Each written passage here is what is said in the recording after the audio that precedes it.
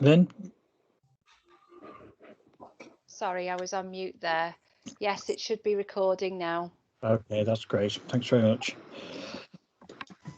So now I was thinking that most of us will probably know each other by now, but then I think that for the recording, we're probably better saying who we are so that we have a record on there of who we all are. So I'll do what I did last time. I'll go down the minutes of the last meeting and read people in order, plus those for absence, and then we can pick up anybody I've missed at the end of that. So, Tamara? Good evening. Tamara Hunt, Sustainability Officer from the University of Chester. Thanks, Tamara. Steve Hughes? Hi, yes, Stephen Hughes, representing the Chester Sustainability Forum. Great, thanks. Roy Newton? Thanks, Chair. Roy Newton. I'm the Transport and Investment Director at the Cheshire and Warrington Local Enterprise Partnership. Okay, thank you, Roy. Stephen Perry?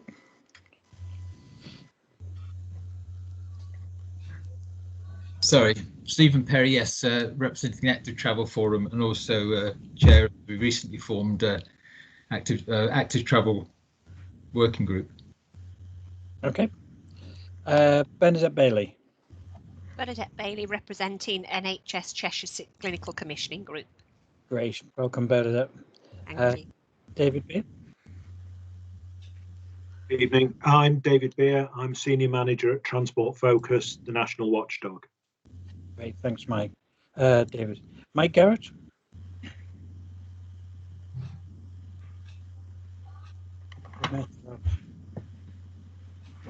I see his name in the list, so maybe he's not joined us this evening. Okay, let's skip Mike. Mike Hogg?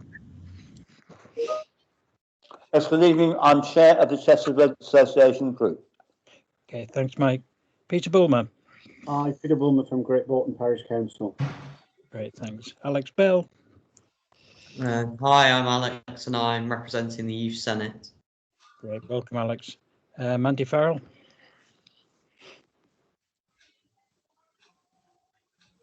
Muted. Andy Farrell. A couple of months I'll get it right. Chester Bid and Chester Growth Partnership. Thanks. I was just thinking all these new phrases that are going to go into the standard language once we leave all this, you know. Robert Pickering. Yeah, good evening. Rob Pickering, lead for British Cycling in the north of England. Great, thanks Robert. Tim Kenny. Good evening, Chair. Tim Kenny from Kenny Moore Commercial Property Consultants and also on the Active Travel Working Group. Thank you. Excellent. Thank you very much. Anya Miller.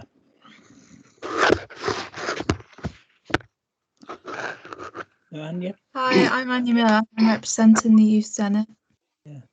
Okay, great. Thanks very much. And then people who went to you last time, Kathy Partington, I know is here. Yeah. Yep. Facilities and Development Director at Chester Zoo. Excellent. Pleased about that. Nicholas Aid. Hi, Nicholas Aid, Commercial Director at Marketing Cheshire. Okay, great. Thanks. Carol Vella. Yep. Carolton's here. And David Whitehead. Hi, I'm David Whitehead. I'm the Chair of Huntington Parish Council. Great. Thanks, David. Anybody I've missed? The group. I would think not. Okay, I'll put the chat on my screen now, so you can always communicate with me that way if you need to. Thank you for that very much, and we'll go to the next item. Have we any recorded apologies, Christy? Only from Claire Roberts, Poverty and Truth Coordinator for the Council. Okay, great. Thanks very much. We've done the introductions. I did them back to front, but never mind. Does anybody have any declarations of interest tonight that they need us to know about?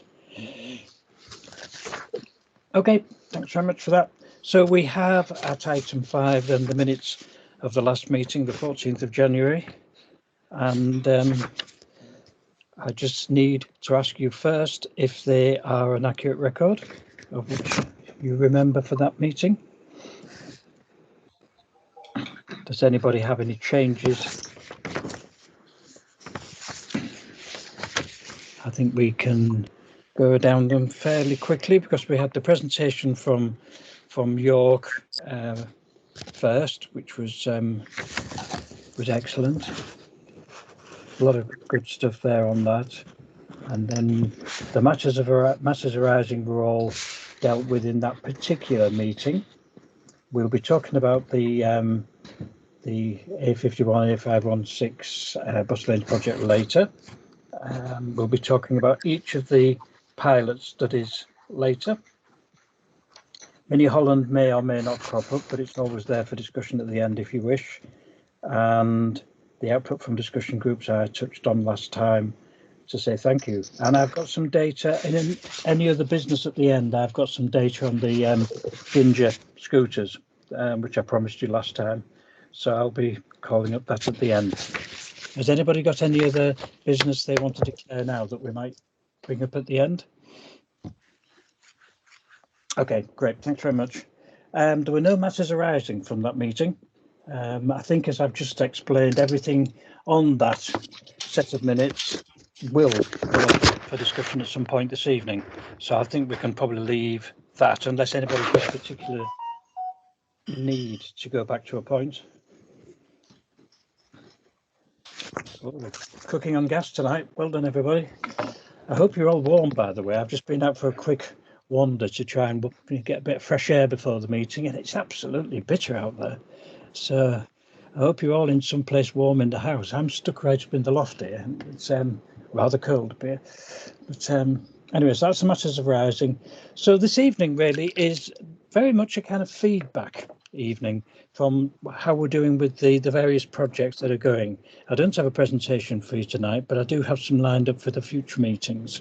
So I think tonight what we have is an opportunity to look at the pilots, look at the feedback from the travel lane group, and then we can perhaps at time at the end we can have a discussion about any other topics which pursue in the future. So we'll keep that option open. So I think then we're going to go down to item 7 and look at the pilot studies in turn. And I'll ask David if, well, I think the first slide we have up is just a reminder for those people who weren't here last week. So can we pop the slides up?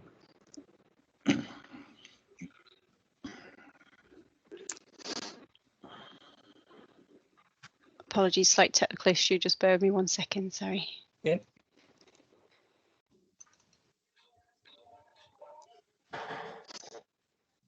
I've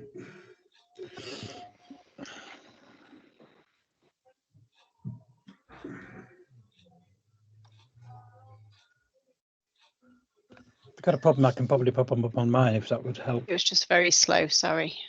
Okay, that's all right. I'll make them bigger for you.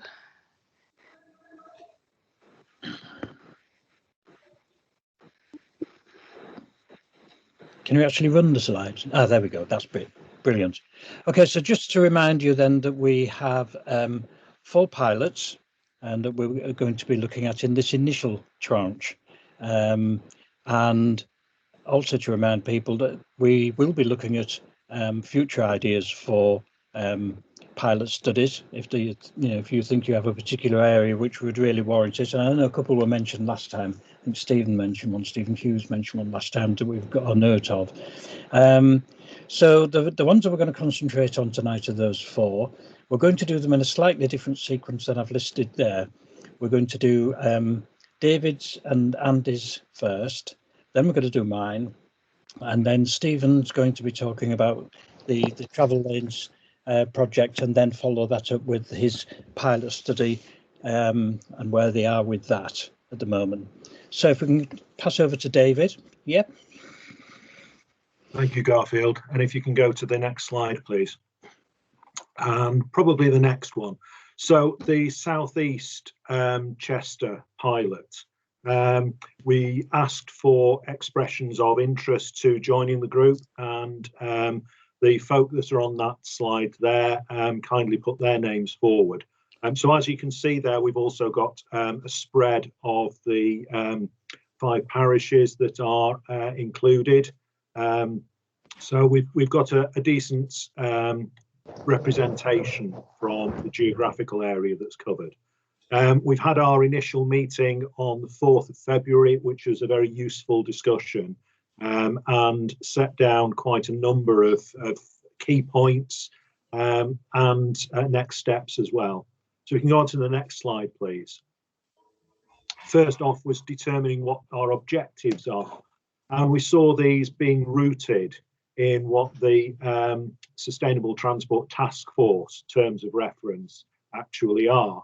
And that's the sort of key bullet point that you can see on the screen there. So that's talking about high quality livable communities. And it's talking about improving the delivery of ambitious and inclusive walking, cycling, public transport and integrated transport projects. So there were a number of points that came out in the discussion here. One is the group wanted to understand what sustainable actually means and potentially what the council understand that to be. So that's an open question back to the task force and to the council that the group have asked for clarification on.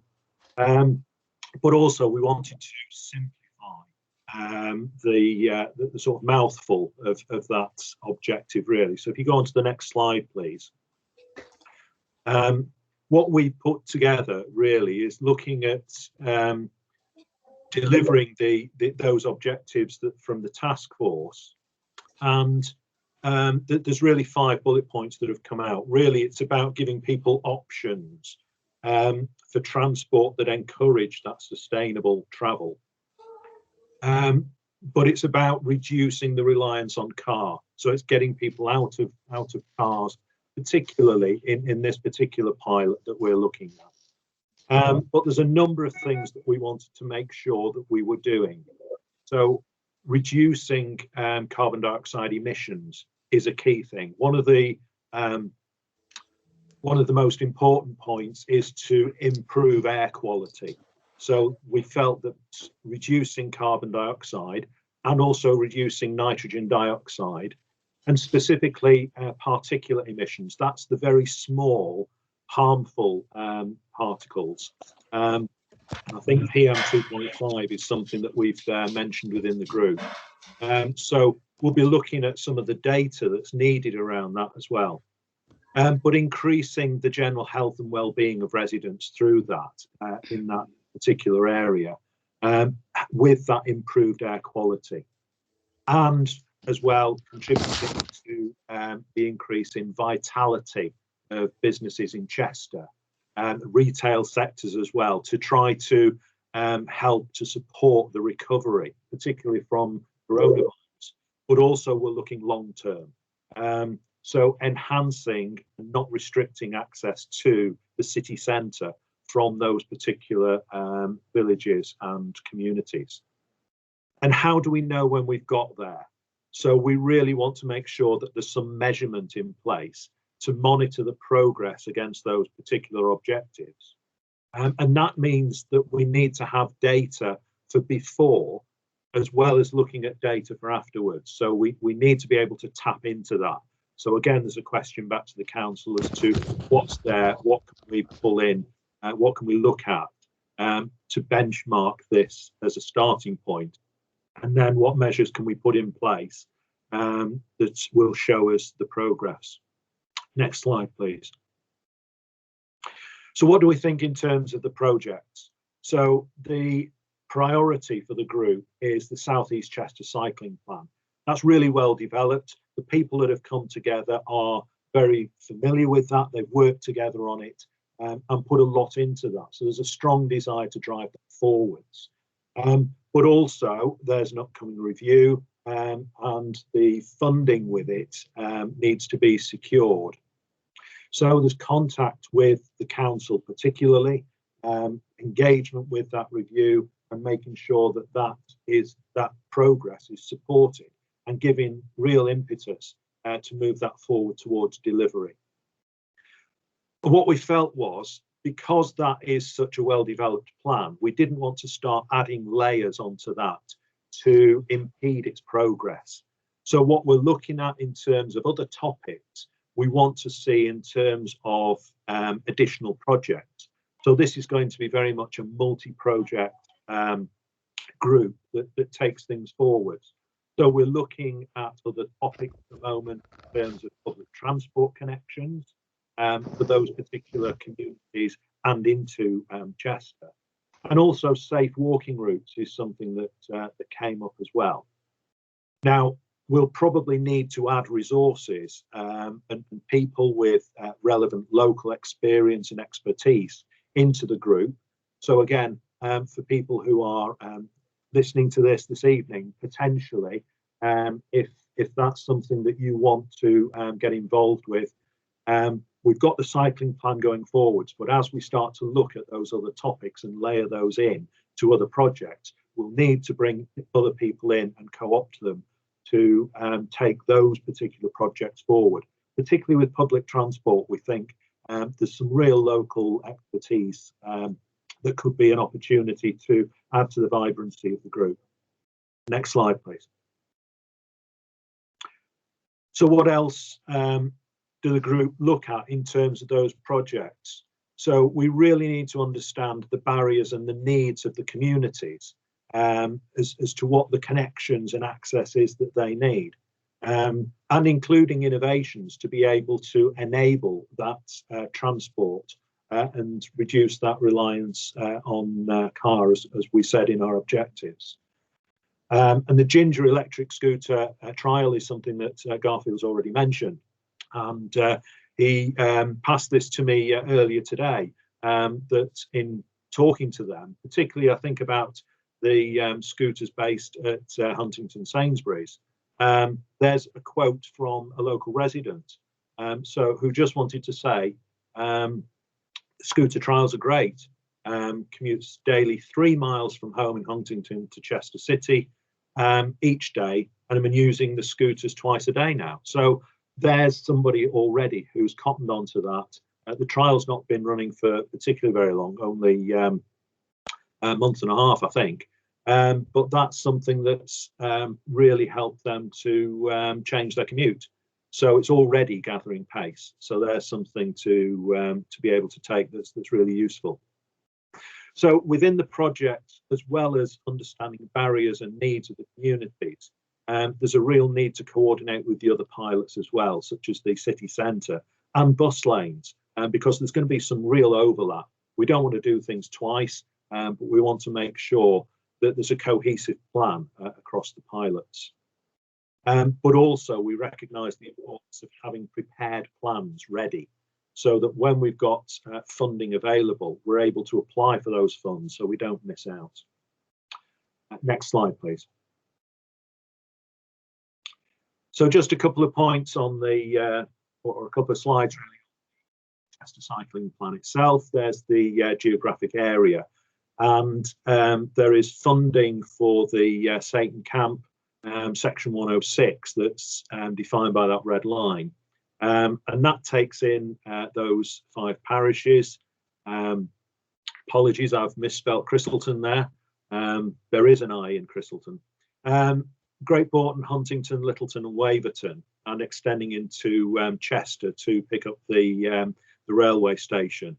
But we also felt there's a need to include Boughton and Rowton, so we're not hemmed in by that particular red line either. And also not hemmed in by that section 106 funding. If you move on to the next slide, please. So the cycling plan itself is initially based Christleton Centre and then extending through the 5 parishes. And there's some points there about what's included in that. So encouraging cycling and walking, reducing vehicle flows and speed, and those fine harmful particulates, particularly on routes to schools, and extending that plan to provide South East Chester connectivity.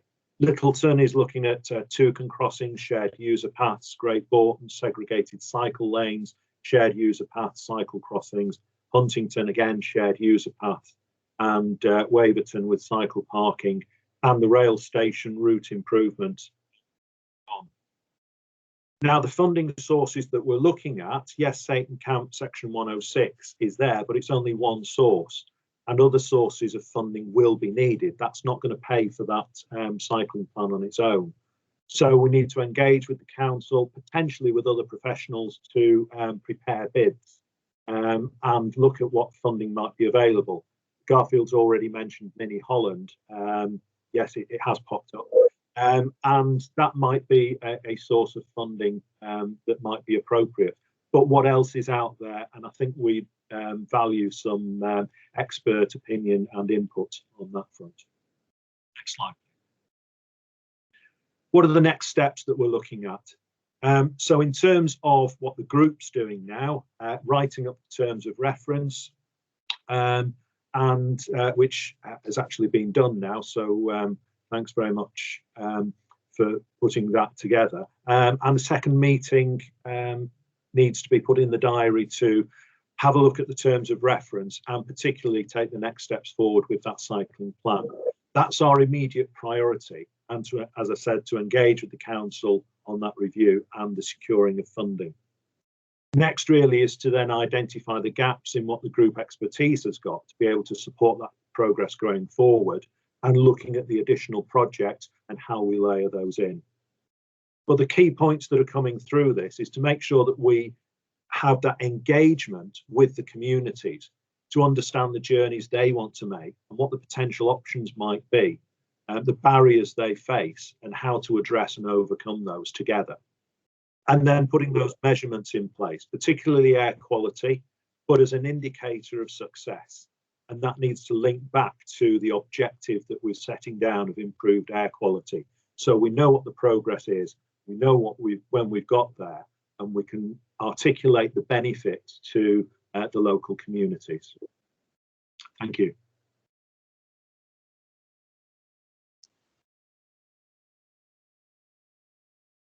I think you may be on mute, Garfield. Right, so can we have some questions, please? If you want to use your raised hand, or you can type a question in the chat, I'll pick it up. So Stephen Hughes, yeah. Hi, yes. Just the mention of engagement there. It's something that's come up in one of the other working groups.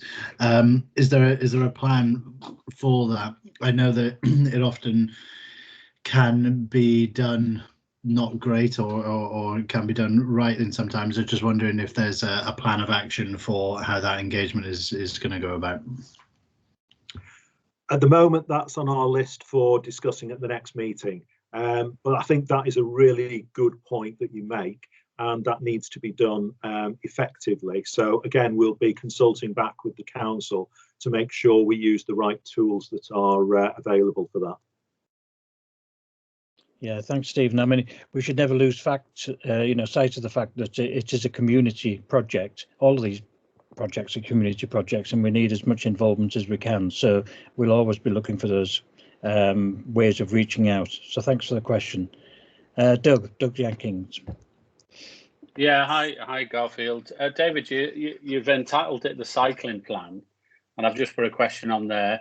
I don't mind cycling, but I'm more of a walker, and I'm just thinking about people who will look at that and think, well, it's a cycling plan, so it's not for me if I'm going to walk or drive, because a lot of people still will, an e-scooter. Is there any chance of having a different title so that it can be totally inclusive? I think there's two answers to that. One is that walking and other forms of transport, including cars, yes, are absolutely part of what we're looking at in South East Chester. The reason why it's labelled a cycling plan is because our first priority is to make progress with a cycling plan that's already very well developed. So that's why that is termed a cycling plan, because that's what we're picking up and progressing first of all. That's not to say that the others are second rate in any way at all, but because that is well developed, we don't want to impede it on its way. We want to support that and move it forward. So we've got a multi-project approach cycling is one element. We've got public transport connections. We've got safe walking routes as topics in there as well. So yes, those are absolutely included. Cycling plan is first out of the door for us. Yeah, that's great. I mean, you know, we've done quite a lot of communication with people locally, and you know what it's like when people sort of see something and they think, well, that's not for me in the first line. I know, you know, through the presentation, it's great to see all the other stuff that we need. It's more of an observation about being inclusive from, you know, the first 2 or 3 lines, really. That's all it is. You've obviously got everything else in there. Thanks, Doug. We'll take that on board. Thanks, Doug. I think that the fact that the Sustainable Travel Task Force pilot is, if you like, the overarching thing here. Maybe we need to kind of make that our brand more than. I mean, obviously we've only been doing it a couple of weeks now, so we need to learn some of these things. But I think I see your point there. But David's absolutely right. You know that we have a ready plan here that we need to move forward with. So I take your point, Doug. Thank you, Sean. Yeah, thanks, Garfield, and thanks, David, for the presentation. It was only a very quick query, really. I think on the composition of the group, you mentioned Huntington Parish Council. I think, is there a representative there, David, on your group, and can I ask who that is? Okay. Just on the bottom bullet, isn't it? I think I just wondered, has somebody come forward? I think it's vital that they do if they haven't already. Just given that that's the primary parish. Yeah. And I had a good conversation with Councillor Whitehead yesterday on the phone, and he was just wanting to confirm back to me. It's likely to be Councillor Tassell, I think, but he is confirming that back to me. But yes, we've spoken, and that is somebody who is being buttonholed as we speak, probably. Thanks, David. Appreciate it. Thank you. Councillor Parker. Thank you, Chairman. I was just looking at the list and I noticed Ken Thomas is the representative from Mickle Trafford, because I was going to ask, was the one, because Ken doesn't belong to the parish council or anything. Will Ken feed into the parish council and to myself as the local councillor as to what is going on? Because we do have the Greenway, so it is important. If that's the appropriate way to do it, yes. If there's another way that might be more effective, please let us know, and happy to take that on board. Okay, thank you, David. Thank you. Okay, so any other questions, any observations? Okay, well, again, David, thank you very much indeed for your work on that, and also for the cycling team led by John. They're doing a great job there. So we move on to the second pilot study there now. So I'll pass over here to Andy. Hi there. We'll motor through this one if we may. This is a pilot that just reflecting on some of the comments so far is inclusive of the whole range of modes of transport, and therefore should cover most interests in terms of modes of travel and people's preference. And it's couched very much in the terms of reference of the task group, particularly in terms of sustainable transport solutions, but also in terms of integration between modes. Ambition, yes, feeding into the council's plans. Also reinforcing the economy of the city centre, which is being challenged. And therefore it's about economic sustainability, I guess, as well as transportation sustainability. So if we can move the slides on, please. So no, go back again. So definition, I mean, the objective of this pilot is to explore the development of smart mobility and produce a framework to support the city centre, and particularly to feed into Chester's One City Plan review, which is just kicked off. So in terms of definition, we see here smart mobility being using transportation modes alongside, and that's an important one, and eventually instead of owning a fossil fuel powered vehicle. Now, that includes many and growing modes: car sharing, ride sharing, public transport, e-vehicles, walking scooters, bikes, trains, etc., including e-scooters, e-bikes and e-mopeds, which are presently being developed. And it's really all about kind of the notion of usership instead of ownership. And more importantly, I guess it's about integration, because if anyone's used the Ginger scooters, their kind of app-based system that supports that is splendid. And one can, enhance that to make it about end-to-end journey planning on a whole range of different modes. But key to this is it's customer driven. Next slide, please. It's a reflection and to tackle a whole range of issues, really.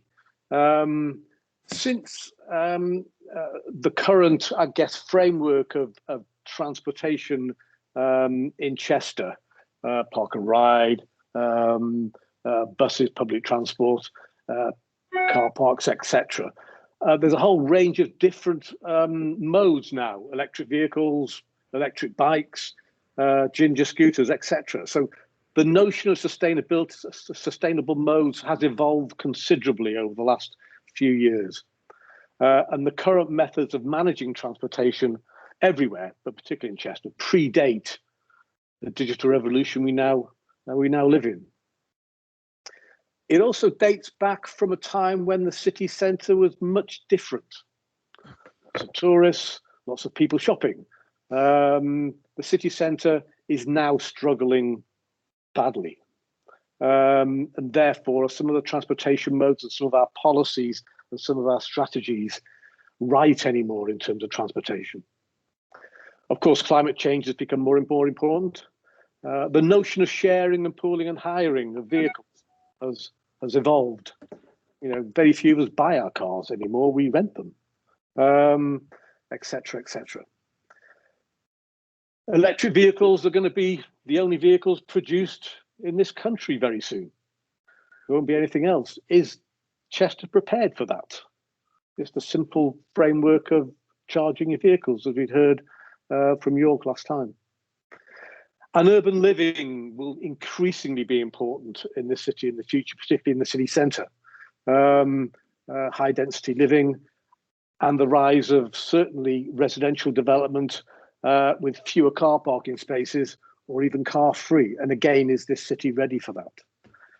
Just some issues that are changing the context of transportation in Chester. All this has been accelerated by COVID-19, and this change has become ever more quick over the last kind of year or so of the pandemic. Next slide, please. So the opportunities are, we have the One City Plan being reviewed. It's halfway through its implementation period, and that sets out the future of particularly Warrington Town Centre. We've already talked about a shifting context, and it's repeated there. The people in the council who are responsible for reviewing the One City Plan acknowledge that it will need to include a greater reflection and inclusion of transportation policies and proposals and programmes within it. It was mainly development in the development sites in the city centre previously, but it needs the transportation framework that supports that. Now that review will be complete by October this year, and there's a great opportunity for us to input into that review. So we have to move fairly quickly to do that. And the council and the transportation team, both regeneration and the transportation team, are keen for that to happen. Destination Chester, the key destinations in Chester, the zoo, Chester Racecourse, Cheshire Oaks, are getting together as Destination Chester, managed by Marketing Cheshire. Again, the Growth Partnership in Chester want that to feed into this pilot to enhance links between the city centre and these key destinations.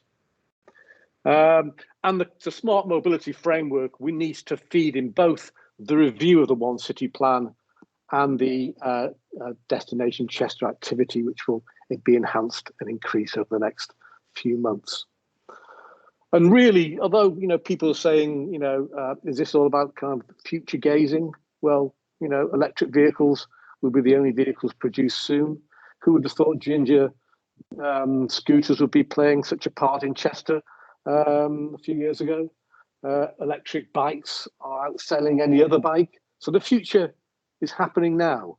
And many other towns and cities across Europe and in the UK are now focusing on this agenda.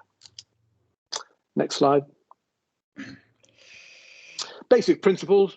It's all about a flexible system, an efficient system, so people can get from places to places quickly, about integrating modes, so people can use different modes to plan and undertake their journey from A to B, where they want to go, from where they want to come from. Obviously concentrating on clean technology and obviously safety. Next slide, please. There's no reinventing the wheel here. There are actually many places who are already well advanced in this agenda. So we don't want to start afresh here. And actually, in most other places that are putting this in, it kind of focuses on 3 key components: mobility hubs, or smart stations, whatever you call them. And that's where you integrate different modes, where you have car parking charging, you have places you can pick up your e-scooter, charge your e-bike, you can pick up transportation. So neighborhood centers, railway stations, bus stations. So hubs whereby you can integrate those modes of transport and particularly take advantage of electric charging, etc. The corridors that link those from where people live to where they want to go, particularly the smart corridors into the city centre. And this, I guess, is kind of a reflection of some of the bus lanes will be discussed later on. These are about all modes, not a single mode. And about a mobility marketplace. And a mobility marketplace is simply a place where those smart choices of mode are enabled and payment made. So they're usually digital, online, app-based, aka the kind of Ginger app. And that's a key in this sort of project. It's moving ownership to that of usership and end-to-end journey planning. All that would need to be in most other places, back office systems to support it, but also opportunities, initiatives to about, I suppose, get the inclusive agenda into this. So provision of jobs, getting people to work, getting people to schools and colleges, getting to healthcare and hospitals, and linking areas of need. Next slide. The geographical focus is the town centre, the city centre, and that's the one city plan area, plus its supportive transportation links, which are wider, plus links to destination, Chester destinations, for example, the zoo I saw in the chat. And obviously, in terms of some of the work going on with some of the other pilots, linking the routes from those neighbourhoods into the town centre. So this will be running in parallel with some of the other pilot studies. Next slide. The team, so the Growth Partnership is keen on this and is supporting it. The Business Improvement District in the city centre supporting it. Mike and Chester residents will be key to it, so thank you there. But also the regeneration team in the council who are leading the One City Plan review. Obviously the transportation team of the council. The LEP, who are keen on this agenda as well. And a number of volunteers have put themselves forward, and I'll be taking them up over the next week or so. Next slide, please.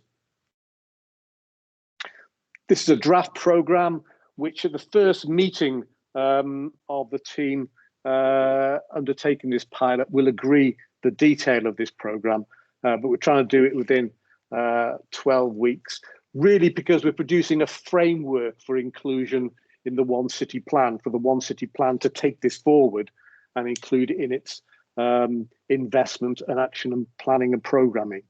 So I won't go through this in great detail, but mobilisation, initiation, research and best practice will be key because we're not reinventing the wheel here. Developing toolkits, applying them to Chester, and assembling a framework with the council. Okay, Garfield, that's it. Any questions?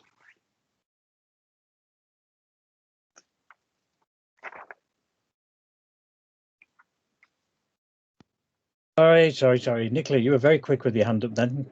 Please. Well, firstly, it's apology because I wasn't at the last meeting, so I haven't been involved in any of the pilot discussions. So I'm happy to kind of connect in. And I think Andy's touched on the point that I was going to raise after hearing the last pilot run through too, which is about the connectivity between the different pilots. Because, you know, from a destination perspective, it's a real asset to be able to, say, cycle from the city centre and cover, as we did when we were back and when we were allowed, 26 kilometres down the river and back again through the Greenway without going on a single road. And I want to really make sure that these pilots are connected in a way that we can really sell the city to visitors by showcasing, you know, the opportunities for cycling and walking from the city centre. And with the point, and Andy's made the point about the connecting with the Destination Chester partners, that's fantastic, and I'm happy to be Destination Chester rep on that group, Andy, if that would be helpful. Yes, please. I was hoping for that. Because you know, this is a real opportunity for us to kind of pull together those different disparate parts of the destination offer via this sustainable transport means, and that could be a real unique selling point for us for Chester from a visitor perspective. I think it'd be great to, and so when you know you're talking about the other pilots, so as you've just done with Southeast Chester, and you know there is a potential visitor component to that, because we can encourage people to come to the city and then go out of the city via cycling and walking routes, and that is a natural hook. So yeah, just to really kind of endorse what a lot of Andy said, and really keen to look at that connectivity across the different pilot areas. Yeah, so apologies I wasn't at the last meeting to get roped into a pilot group, but happy to pick up now. Sure you will be now, Nicola.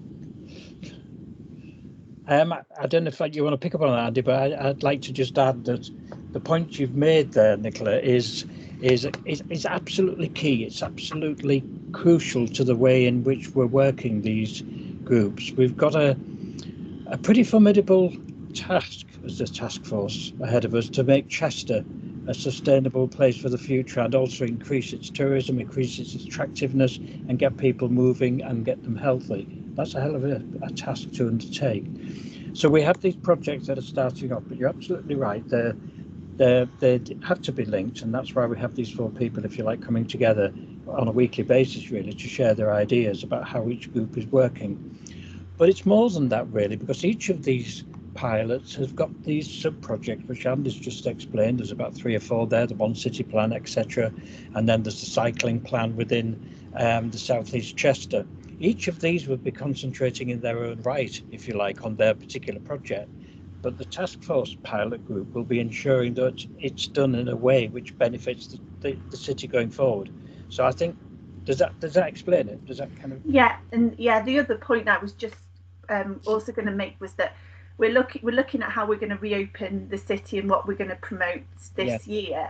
I know that a lot of this won't be done in time for this, but one of the angles we think that's strong for Chester is this whole concept of it being a kind of outdoor city, but you've got the outdoor theatre, you've got the outdoor cinema, you've got more al fresco now, and I really think this sort of walking cycling offer as part of a city centre experience really helps with that strong positioning of Chester being a kind of outdoor, open air, fresh, clean green place to live and to visit. So yeah, I'd really like to look at what we're doing and how that helps the sort of general positioning of the city as well. And I'm really looking forward to a time when we can sit outside somewhere in Chester with a cup of coffee, because you can't do that even when in the good times. It's all kind of enclosed. So I'm looking forward to that immensely. Okay, thank you for that. Stephen Hughes. Hi. Yes, just a point more than a question. It actually ties into what Nicola had said after it. You're talking about mobility hubs. There's an initiative being run in combination with various partners, but the zoo is definitely one of the key ones. And the Countess of Chester, it's currently called the Wildlife Connections Trail, but they're looking to be greening various corridors into the city and loops around the city. So whatever kind of areas or routes that you're looking to suggest, if you tie in with them to make, if you can combine on them producing green or greening these corridors as well as making them more suitable for active travel, I think that would be great to be able to combine them all together. One of the major routes again is out to the zoo, which ties in with Destination Chester. So I think there's definitely a strong correlation between this pilot and the Wildlife Connections Trail, as it's currently called. Best person to speak to, if you don't know her already, be Hannah Brooks at the zoo. I'm sure she wouldn't mind me passing on her details if you think that's relevant. Okay. Yeah. That if I may, Garfield, that would be great. I mean, one of the reasons why we were very keen to feed this into the One City Plan, because the One City Plan, of course, will also look at key large redevelopment areas. The area around the railway station, the city centre gateway, and therefore, and the central business district development around the railway station. Therefore, the key thing is to plan those within the One City Plan, so those corridors are actually put in. So the kind of green network is complete, and that forms a kind of skeleton for active transport, and any breaks in that network can be healed, as it were. So yes, we'd like to feed into all those.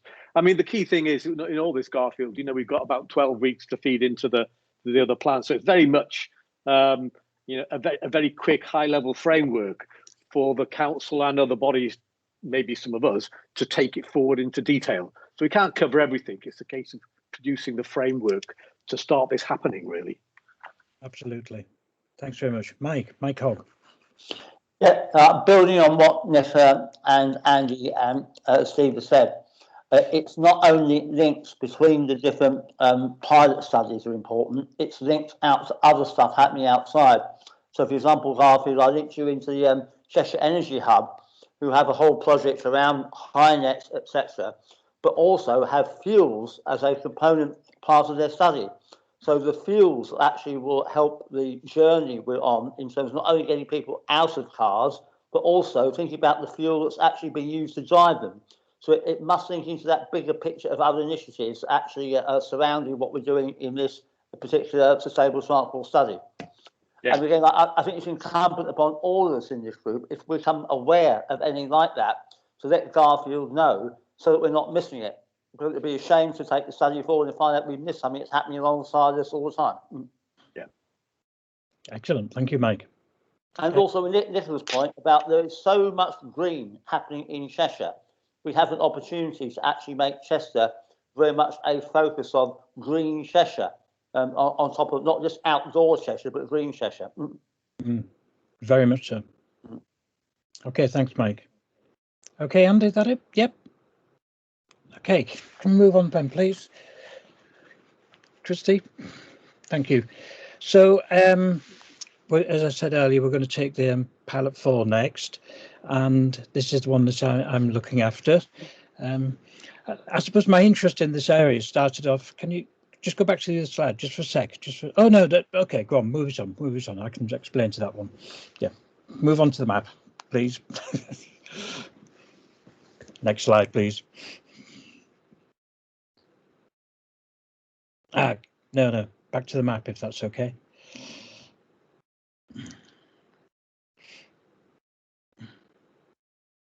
There we go. Yeah, shown on my screen. So it's okay, don't worry, it's there now. So thank you very much. So yes, my interest in this area really stemmed from my time at Thornton Science Park, and I was involved with linking many of the companies around there into various projects that I was working on at the time, and still am in some cases. I also joined the Ellesmere Port Development Board for the time I was at Thornton, and really grew to appreciate, if you like, the fascination of that area and what it has to offer. But I was also very, very keen on the Helsby, Frodsham and Delamere areas, a keen cyclist and runner. So I knew the beauty that they had. And it just seemed to me that, you know, linking those together in some kind of way would make complete sense. And of course, it happens that there are a number of schemes around that would help me to do that. So next slide, please. So I'll just read this because it's probably easy to do that. The members will explore opportunities for creating high quality, vibrant and let's repeat it, and livable communities that support town centres economies. And this is taken straight from the STTF terms of reference. But the pilot will be guided by output from workshops, bringing in experts as appropriate and steering innovative and blue sky thinking. So move on, please. So the area between Ellesmere Port and Runcorn is predominantly industrial, as I was saying. So north of the M56 is quite heavily industrialised. Southern areas include areas of scenic beauty, including Helsby Hill, Sandstone Trail and Delamere Forest. And one aim is to see this area more recognised for its beauty and wonderful leisure opportunities, especially with Ellesmere Port being so close. The industrial sector includes many industries such as Stanlow, CF Fertilisers, Ensec Glass, Peel Holdings, Protos Development, which is really growing very nicely, and the whole bounded to the north by the Manchester Ship Canal. So it's a very easy area to recognise and home in on. Next slide, please. So the basis, just like the other two projects we've heard so far, we've got projects which are already in existence, which we can, if you like, build our frame upon and kind of grow from there. So the one that I'm particularly choosing is the North Cheshire Community Rail Partnership, which I've been chairing now for 5 years. And that was formed in 17 by the, I can't count, 10 years, 4 years. So the National Community Rail Network to ensure communities covered by the... Can you mute the microphone, please? Okay, so get the most from their railways by working alongside local, regional, national partners to develop social inclusion, community well-being, etc. And this is a very important part of what's known as the Community Rail Network, a national organisation. Initially, this programme was set up to provide the above services between Ellesmere Port and Helsby along that short stretch of line. But it is only a very short stretch. So in order to kind of capitalise on the area that we have, the Community Rail Partnership was extended. And if we can go to the next slide, you can see now that that is the area that's under the Community Rail Partnerships, if you like, aegis. So what does the partnership do? Well, the partnership's responsible for, if you like, making the stations friendly with people, keeping them tidy, planting flowers, making sure they look okay, watching out for dangerous things, but also working with the community immediately around the stations in order to be able to improve access to them and suggest methods for improving transport interchange, cycling routes and various other things like that. And as I say, that's been going some while now, some 4 years, and we're starting to develop quite a lot of material to do those things. So you can soon see that that really sits at the core of what we're trying to do in the task force. So what we've done is we've kind of taken that same area to kind of base our project on, using the Community Rail Partnership, if you like, as a core. So next slide, please. So the CRP has a quite extensive group of people who work with us. And you can see the names there. I won't go through them all there, but you can see that all the major companies are part of the management group. And then as a stakeholder group, we've got a wider circle of people who attend when we have a particular theme, or if there's something that they want to kind of help us develop. So it's a very active group, meets probably every other month, but we're looking to increase that now with the inclusion of this community rail partnership in this particular pilot study. Next slide, please. So I'm not going to read all that, but one thing that people, some of you will be aware of, but the industrial area alone consumes 5% of the UK energy output. That just takes thinking about. Just that area alone that I've described consumes 5% of the UK energy output. But the thing that's really going on up there is that they're changing the way in which they run their businesses and to be far more renewable focused, reducing carbon-based fuels and moving over to wind, solar and hydrogen usage. And you'll have seen some of the evidence of that with the wind farms that are going up there on the part of the Protos development.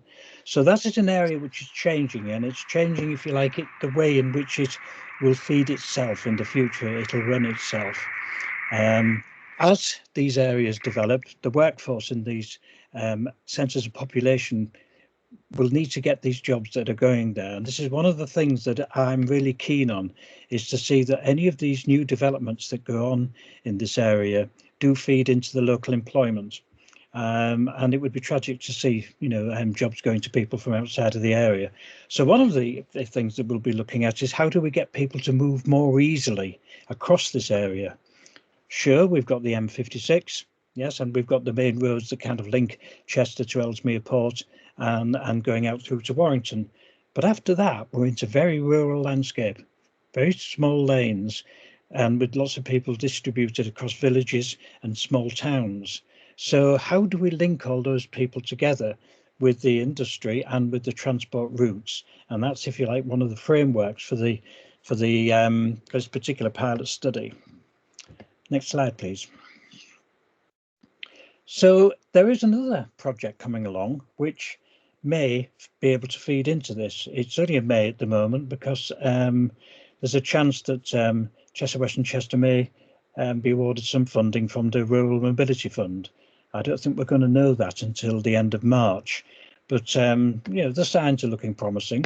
And the interesting thing about this is it sits exactly in the same area that we've just been talking about, and also the initiatives aligned in that fit identically. So if I read that little bit at the bottom there, the Rural Mobility Fund will provide an opportunity to trial demand responsive public transport. That's a really, really key phrase, that demand responsive public transport, to assess the issues and benefits of this type of service in comparison to fixed route bus services. The trial will feature an electronic platform for passengers to book their journeys, amongst other functions. Important dimensions of the trial are only to provide services that will be taken up for use, improve link access to healthcare, early intervention, improve connectivity with bus and rail services for wider travel. So that links in the areas that we're talking about. How do we get people from these tiny villages to the main routes and into the places where the jobs are? So hopefully, fingers crossed, that will also be part of our pilot study. Next slide, please.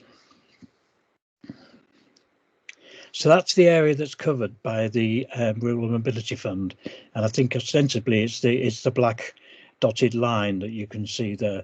So as you can see, that that fits perfectly with the area that we are looking at to cover, and it goes down to Delamere Forest. So the area from Helsby Hill and Frodsham Hill and down to Delamere Forest, I think, is outstanding. And I understand that there is a scheme ahead to try and push for an area of outstanding natural beauty in that area, and I would completely support that. It's a beautiful place. So you can see now, how this all fits together, and hopefully we'll be able to move on that. Next slide, please. So far, and I've been helping with getting the other projects going, so I've not really had time to really kind of start this yet, but we'll be having our first meeting next week, hopefully, and we'll start drawing up a terms of reference from that. But I'm particularly grateful to Tamara, Mark Warren, who's a keen cyclist in that area, Ian Slater, Councillor Riley, Peter William, Frank Wright, Ashley McRae, and Gerard Rhodes of the council. Very helpful. And then hopefully I'll be bringing in the stakeholders you saw earlier in the Community Rail Partnership. And of course, we have the LC WIP project, which also covers that area as well. And hopefully some of the colleagues I used to work with on the Ellesmere Port Development Board, although I haven't been to give them a presentation yet, so I can't be 100% certain of that, but I'm hoping they will be involved as well. Okay, next slide, please. Okay, so that's that particular one. So I've got a couple of hands up. So Mike.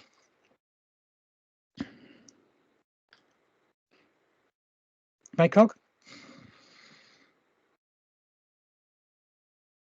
Oh, he's taking his hand down. Okay, Councillor Parker. Thank you, Chairman.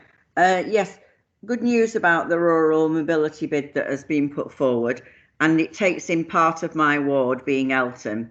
And I've asked that very much so that councillors should be involved in these sort of bids when it's local, because they've got a lot of knowledge. And I noticed Councillor Lynn Riley is names there. And please, you know, us councillors in the other areas would very much like to work with you. So please, can I suggest that you get in touch with those councillors? I'll do that gladly. Thank you for that. Thank you. Doug. Thanks, Garfield. I've got to say, what an amazing project that would be. I'm often up that way and walking and stuff like that, but it's amazing. It just brings to mind, down in Cambridge, there's a current, it was a pilot, but now it's a fully fledged process. Anyone arriving in Cambridge or lives in Cambridge, wherever they might be, there's an app, and they simply open it and say, this is what I want to do, and this is where I want to go to. So if you want to go to Inverness, it will give you the quickest and most expensive, or the slowest and least expensive way of doing it. But it gives you options, all sorts of options. And it's mainly focused on the travel outside of Cambridge. But I'm just thinking there's so much amazing stuff going on here that whether you live in Upton, and I'm sitting in Upton now, and I'm thinking, how do I actually access all that? So if we use the principles of that process, and I was able to say, I want to go to Frodsham Hill, I want to go and do this, or I'm arriving in Chester, at any one of the many stations, Chester, Ellesmere Port, before I get there, what are my options? You know, when you look at Chester Zoo, which is over the road from me, and all the traffic that comes in there. And the traffic is there because most people who go there, there's a huge car park, and they all drive because that's what they think is available to them. So I'm just thinking of using the principles of the Cambridge thing. And if people could only see the options and pull all this wonderful stuff together, and it may only be 2 or 3 options from where they are, but at least they are other options of transport and travel. Thank you, Doug. I think you've hit on 2 key things there, and I think Andy will probably come in on these as well. The first one is the app. I think there will be a lot of this happening.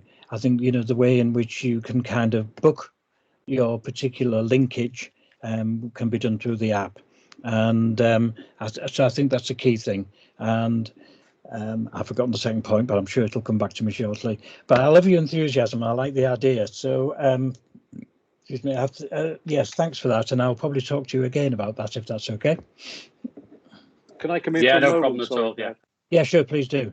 Yeah. Yeah. I mean, yeah, that's the whole purpose of the kind of mobility marketplace that I was kind of referring to in my part. That's exactly what the mobility marketplace is all about. You can book and pay for a joined up journey, no matter what the mode is or series of modes are.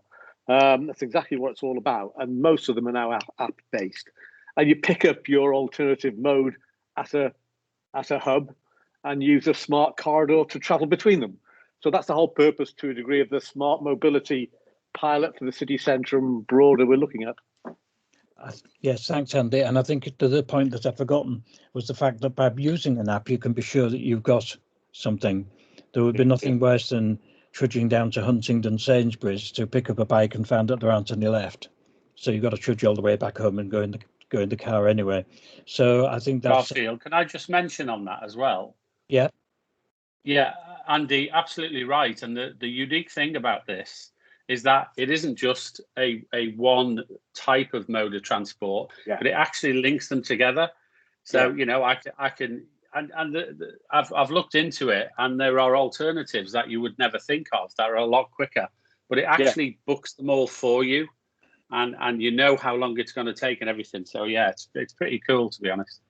Good. Oh, we like cool, and Chester will be cool. Yeah, definitely. Sean. Yeah, thanks, Garfield. I think just a ringing endorsement, I think, of Andy's presentation and that sort of smart mobility solution that we need to embrace. I think one that often gets overlooked, and it might be a little bit of its time now, but people probably aren't aware of the iTravel Smart app that exists. So it was probably revolutionary at the time, and it's creaking somewhat now, but if you download that app, you can plan your journey sustainably. It does give you those options of cycling, walking, public transport, bus, rail. So we'll send you the link how to do that. And then the final point, Garfield, and again, thanks for the presentation. Just so that I know you're aware, because you've been involved in the discussions, we have produced a strategic outline business case for Hooton to Helsby rail services as well, which is in that geography that you've described there, isn't it? And if we're successful in moving that through the rail industry protocols to get a meaningful passenger services on that section of line, that would be a game changer for Ellesmere Port in terms of sustainability. I think so. I can imagine the time when you can take your bike on the train at Ellesmere Port, get off at Helsby and go riding, and you've got a service every half an hour, or maybe just an hour to start with. Let's not be greedy, but I think if we can do that, that would be good. Okay, thank you for that. So thank you to Andy and David for their presentations. I'm now going to pass over to Stephen, who's been working with a group of people on the active travel lanes. Yeah, thanks very much, Garfield. Yes, the team, the EATL for information. Experimental active travel lane, and I only emphasize that because there's a tendency to call them bus lanes. We all do it, and the ATL is a bit of a mouthful, but that's actually what we're reviewing, and I think it's helpful to remind ourselves. This presentation is trying to summarize what we've sort of called phase one, and I'll describe what I mean by phase one as we go through, but hopefully by the end of it, you'll know what we've done, you'll know what we're talking about, and you know what we're suggesting in terms of moving forward to phase two. Next slide, please. We've been pretty busy. We've formed a team of 12 volunteers, plus a very kind secretary that supports this, our meeting. And for, maybe the terminology isn't perfect, but we've got the for and against Facebook groups represented. We've got all the local communities groups in the area that are directly affected. We've got representation from key individuals within the cycling, sustainability and business groups, and I'm pleased to say most of them are either active in this task force or watching from the side, so welcome everybody. I want to also say thank you, because the people we're talking about, 90% of them have got day jobs, and they've given up an awful lot of time in the last 3 weeks. We've had 3 serious 2-hour meetings and a massive exchange of emails, but that thanks is very much meant. We've reviewed, I think, all the available background information that exists, perhaps to a fault, information relating to these travel lanes, either from the DFT or from the local authority and other commission reports and other reference documents. And the first task that in some ways we've struggled with, but I think we're quite happy where we've ended up, is what are we actually being asked to do? I mean, the words were written in the council minutes and resolutions, but we've really wanted to try to understand what's that actually mean for us, and especially in an environment which is not normal, where data that's being collected isn't particularly representative. And in fact, if we collected any more data at the moment, it probably wouldn't necessarily be representative either. So if we could move on to next slide, please. So what we tried to answer was the following, and it will come through as I go through this slide. The primary purpose of the EATLs, that's what I'll call them, there's a note at the bottom that defines them as the experimental active travel lanes, was to support safe cycling and walking. The objective that was added within that process was to also ensure that public transport remains a viable option for travel. So we looked at all aspects, but recognised the primary focus was safe cycling and walking. And on that basis, as a working group, we decided in this, what I'm calling phase 1, to review that first question at the bottom, to review those lanes along the A5116 and the A51 and recommend whether these lanes should be removed, adapted, extended or retained. Simple words, but it has quite a lot of complexity in that review. Next slide, please. If somebody's got their mic on, it might be a bit difficult for people to hear, so perhaps everybody else could be switched off, please. Having looked at all this data, and we've also produced a separate written report which goes into more detail.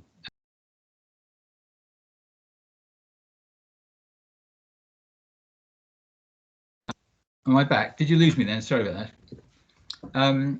Our findings are that there's insufficient data available at the moment to confirm that there has been a significant increase in safe cycling and walking. The ongoing impact of the COVID epidemic means that data collected in the coming months is likely to not be any more representative and probably open to challenge.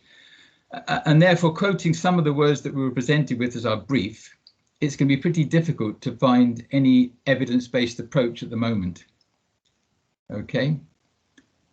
We've not been provided any firm data on public transport usage, but the observed use is pretty low. The data that we've also tried to get is the qualitative data that was shared, at least was presented as questions, and I hope in some way answered within the original Sustainable Transport Task Force meeting and by subsequent emails. We have not been able to access despite being asked for it. So we've got the only qualitative data is the data that we've got from the communities we represent, which is significant, but it's the only data we've been using.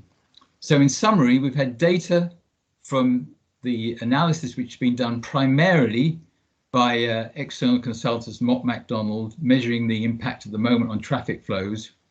We've got the qualitative data from talking to people. We haven't got any other qualitative data. The concerns expressed by the local communities and regular users feel there's been a negative impact on congestion. I think there's lots of opinions and qualitative feedback and expressions of interest in these things, but certainly I think that there have been occasions evidenced in lots of things you might have seen on Facebook or the newspaper of congestion. There's also a safety concern. Again, it's a concern rather than a proven fact, but I think the safety concerns have been expressed associated with the fact that the cyclists have to share lanes with buses, motorbikes and taxis, and also these lanes are relatively narrow and not fully compliant with the latest regulations. So those are the findings on which we move forward, having looked at the original data we looked at. Next slide, please. So, as evidenced by what I've already said, the current evidence is not sufficiently hard, i.e. factually proven and sufficient in terms of its breadth, nor representative to confirm that either active travel lane has met its intended purpose, that is, to increase safe cycling and walking, and as a secondary thing, to increase busage, or at least maintain bus travel.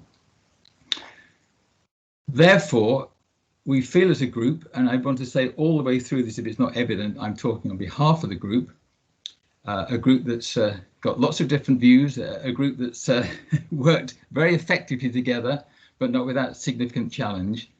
We feel we cannot at this stage recommend a longer term retain as is option, nor can we recommend an immediate remove. So the two extremes we say we cannot address, we cannot recommend. Trying to work through what are we being asked to do? Do we want?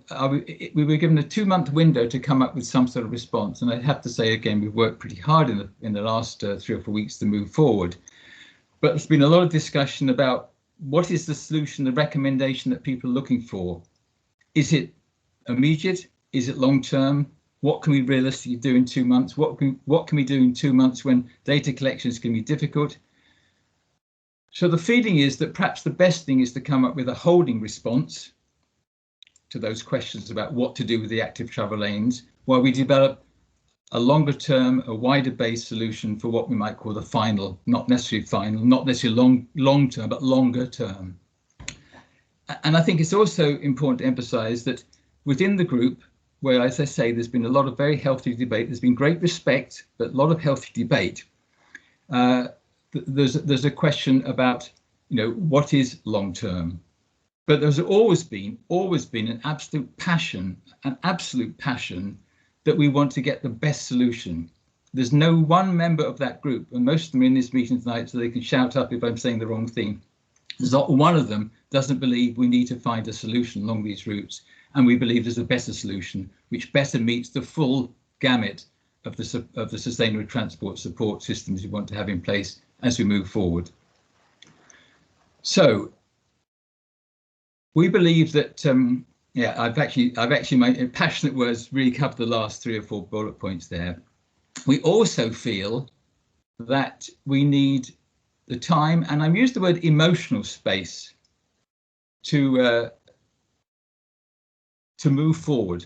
And we need with that not only the emotional space, but all the full support of this forum, this task force, and also the local authority.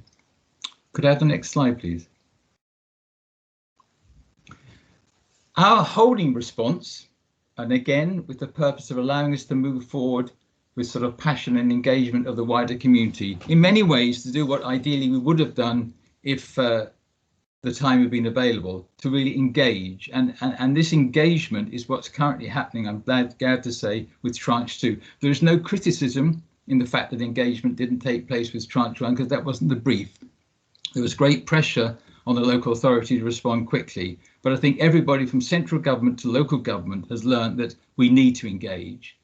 And that the Tranche 2 process that many might be aware of in terms of the second phase of these funded opportunities by central government, engagement is a core element of that process and demanded of. So we're talking about a suggestion that we pause the use of the current experimental active travel lanes. Pause means that they're left in place as is, but with notices indicating they're not currently in use. Under these pause conditions, alternative adaptations to these lanes may be trialled on a real or model basis. By modelling, I mean using computer modelling to look at what might happen with various changes. An allowance needs to be made in our plans to be able to fund and enable such trials to take place. Pause, the whole process of pausing, also needs to be reviewed and reassessed on a routine basis. As a group, despite the different opinions we have, we all feel that pause should not be represented as a win-lose decision. It must be communicated and seen as a base from which we can develop win-win solutions. And pause provides a neutral opportunity to engage more fully with the community. Sorry, can I just go back, please? Thank you. Again, I want to emphasize, this is the slide, this is the point over which there's been most heated discussion in our group. There's been a lot of discussion about the previous slides, but everybody feels very comfortable up to this point. The debate is this the right solution? What is pause? How does pause start? We've got the word immediately in the first line. Now we realise fully that immediate isn't tomorrow. Immediate requires this task force to consider our proposals. It requires other people within the authority to consider our proposals. But the point of adding immediate is to say it's an intention to move forward as quickly as is practical to that pause. I also think it's fair to say that not every member of the working group felt this was the perfect answer. Within the group, though, there was a clear majority preference for the words on this slide. Next slide, please. A bit of a repetition, but we believe pause will enable us to respect the current concerns associated with the travel lane as installed. It will also give us as a working group the time and, in a sense, the brief to spend the time necessary to research, review and recommend alternatives with proper community engagements. That's both residents and businesses. It will give us the opportunity, and the we is everybody involved, including the local authority, to trial relatively minor changes to the travel lanes designs using actual or model options as required. There's a last point there that might provoke some discussion, but we also propose that the authority uses the time available to undertake maybe a more appropriate, is what I'm saying, a more appropriate analysis and modelling of the effect of the current traffic lanes and what effect they'll have when traffic gets back to some form of normality. If we debate this, it might be something we refer back to Mike Garrett, who's given us a lot of assistance in understanding this. But we feel that perhaps an alternative modelling technique could be used to better understand and predict what the consequences might be. Next slide, please. So the last two slides will create some degree of debate and questioning, I'm sure. If we can get some sort of agreement on the proposal made so far, we want to define what we want to do now starting next week. We've been meeting weekly and we'll meet, we've got a meeting planned next week. What we want to do is to try to find solutions that will genuinely encourage active travel for reasons of health and well-being. I talked earlier on about safety and safety concerns and all these things. There's a lot of perception, I think, here quite genuinely. People have to feel comfortable before they do these things. It's been noted, I think positively, that there has been an increase of cycling at the weekend and an increase in walking. And I think because some people feel enabled, either encouraged by exercise or other reasons, to get out on their bikes or walk on the pavement. But I think we have to really understand from the community at large, what is it we need to do to encourage them to walk, to take cycles. There's a need to include other forms of sustainable transport, as already defined. We also are very much aware of the intention to address the climate change and the modal shift that will probably demand. And we also want to provide whatever we can to promote the economic growth and future success of the city. So those are the objectives that we will set ourselves when we start looking at options. But as I already said, we must take the community with us to understand why the working group has made the proposals we have. We want to understand why the existing travel lanes have not provided the result we'd hoped for. And we also want to understand what else has to change, in addition to the layout and the use of the current road space. What has to encourage more active travel? How do people feel comfortable doing that? And also, what sort of sustainable transport do they need in addition to what we might call active travel? And in that sense, we want to address the words in italic, which was part of our brief downstairs, lower down, to encourage, to understand the use of different transport modes, to understand more analysis, not necessarily footfall and dwell time, because they may not be appropriate at the moment, but to further review that feedback received from business owners and residents. Those in italics are the parts of the brief we were given. Next slide, please. So, in summary, with your agreement and support, we'd like to continue as proposed and confirm the timescales and work programme for the next phase of our review at the earliest stage possible. We need to think very carefully about how we communicate the working group's recommendation. Everybody needs to see a win in our proposals. And quite specifically, we'd like to work as close as we can with the local authorities' offices in preparing any communications.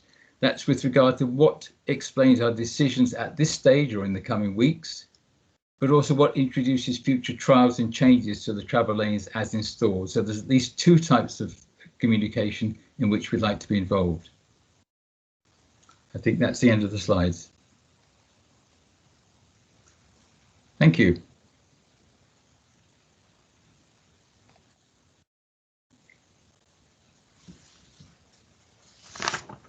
Garfield, you're on mute.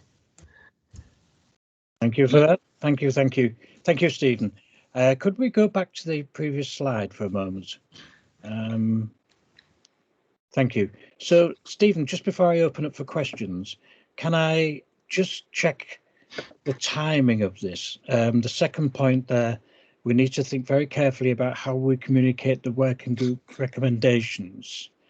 So that suggests that you're still thinking about those recommendations, and you're seeking guidance today. What's your actual? I think to summarise, our recommendations. There's two parts of the recommendation. Recommendation 1 is that we're putting forward to those that are listening and ultimately to the local authority a proposal that the travel lanes are paused. That's our recommendation.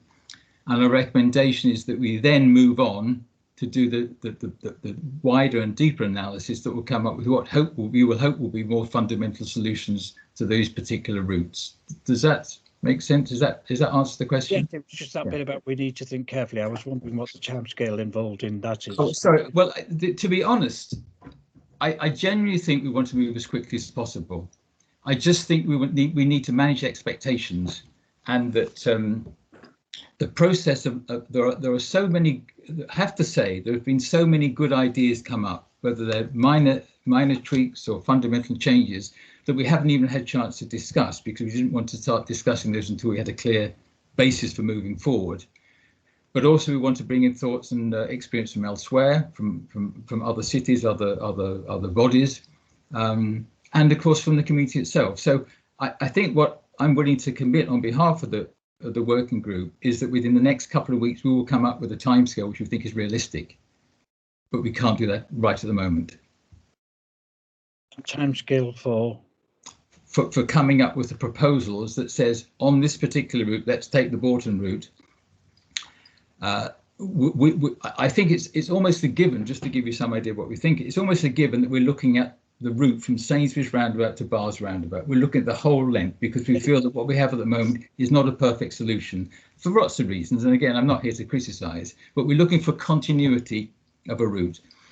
So along that route, we want to understand what options there are for any form of change to the layout of the roads or the rerouting of routes to maximise the opportunity to get more people cycling and walking, and ultimately, if it's appropriate, as it will be, other forms of independent travel or public transport, as well as their own motor vehicles. Okay, I think I'm there now. So I think we have two sides to this. We've got the if you like, the permission to go on and look at these extra options, and we've also got the recommendation that your definition of pause. Yes, and I think there's also a request just to give us the breathing space to come up with a realistic timescale for this, because I just think we've all felt under pressure to do something we think is quite difficult to do in the time provided to get the ultimate solution. It's so important to get it right.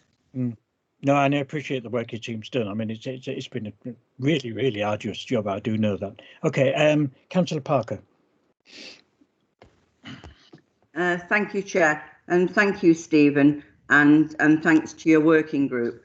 Now, you've talked about a pause, but now, of course, we know this is an experimental exercise, and it finishes in a month's time.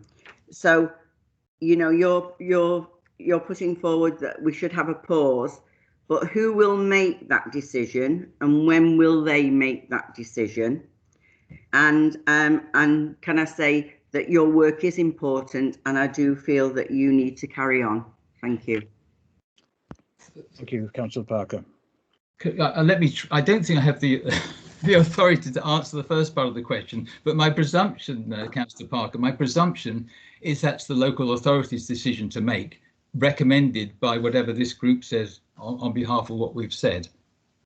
I'm also aware, but I think we have struggled to find out exactly the statutory requirements that apply to an experimental traffic order. I think we've got confused at times between the word emergency and experimental, and maybe if it's helpful, Sean can comment, Sean Trainer, but whatever we do, the we being the wider we, not just the working group, it obviously has to respect whatever legislation applies. But I think we are sort of assuming that even if the process went through respecting our recommendation, it would probably be 3 or 4 weeks before any change took place. But that's a presumption which maybe Sean could confirm on. Yes, well, hopefully Sean will be able to. Thank you. Yeah, thanks, Thanks, Chair, and thanks, Stephen. Yeah, just hopefully just to help clarify what experimental traffic orders are and the duration of such. So the maximum period for an experimental traffic order is 18 months. So that's the maximum period over which the active travel lanes can exist before the council make a decision on their future. The 6-month period within the 18-month period is the period in which objections can be raised by the public, and which the council must consider before it determines the future and the future intent. So hopefully that clarifies it. You've got to make objections within the first 6 months, and then a council's got a decision to make within the following 12 months as to whether it seeks to retain, amend, or remove the experimental order. I think just to clarify another point on who makes the recommendation, I understand that it's the task force has been asked to make a recommendation. So that the working group is presenting now to the task force, which is exactly what Stephen's just done, and then the task force will need to back that or otherwise, or ask for changes or whatever. So I think that's the process, and then depending on that then goes forward to council for them to look at. Garfield, yeah, just touching on that. That was the second part of the question, I suppose, is that ultimately it's the council's decision, taking into account all the information and representations that it receives. So we've received lots of representations during the months up to now. The council would be obliged to consider all those representations along with any recommendation that comes out from the task force. So it's not only the task force recommendation. The task force recommendation will be viewed against all the other representations that are made. So I think what the ask of the task force in its terms of reference is for it to make a recommendation based on its sort of investigation and consideration of the matter, and put that forward to the council, and then it's for the council to determine. Absolutely. So I think what we have to, as a group, is to look at this recommendation from Stephen's group and either support it or otherwise. So I'll bring in now Mike, who's been waiting a little while. Sorry, Mike. Thank you. I'd like to congratulate Stephen and the group on bringing together a very wide range of views on what has become a divisive and contentious subject. I think that's been an absolutely fantastic job. And I think also provide a pathway forward to actually experiment, come up with a better solution. And personally, I fully support the recommendation to pause and would like to see that taken forward. Okay, thanks, Mike. Stephen.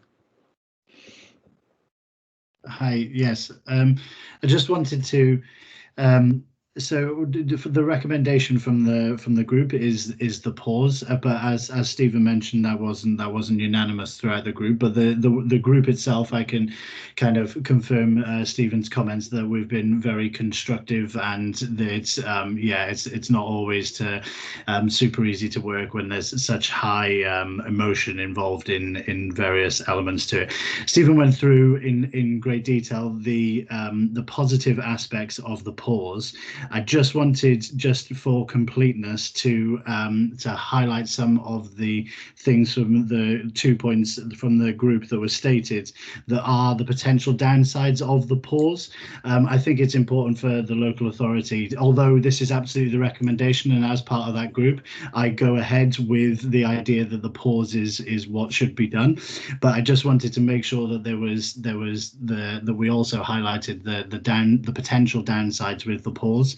And from that point of view, I think the two main ones are the introduction of any of these type of lanes or whether it's bus lanes or active travel lanes requires a transition period, and that's for people to all kinds of range of things, get the active travel that they need, find out the correct buses, find car shares or whatever it might be. And to do that pause could reset the transition period back the 6 months from what they've been in place. So that's one potential downside. And then the other one would be if we are going to carry out further real trials on the actual site. We're mainly thinking about Bourton here, but if we carry out real trials on there, the chopping and changing between them being in use and not being in use could cause more confusion and more anxiety and actually lower the positive public perception of them. But as I said, as part of the group, the recommendation was to pause, and I back that wholeheartedly. But I just wanted to make sure that the local authority and I guess the task force as a whole was aware of the potential downsides with the pause as well. Okay, thank you, Stephen. Councillor Parker. Thank you, Chairman, for allowing me to come back in. Sean just said it would be a council decision, whenever that would be.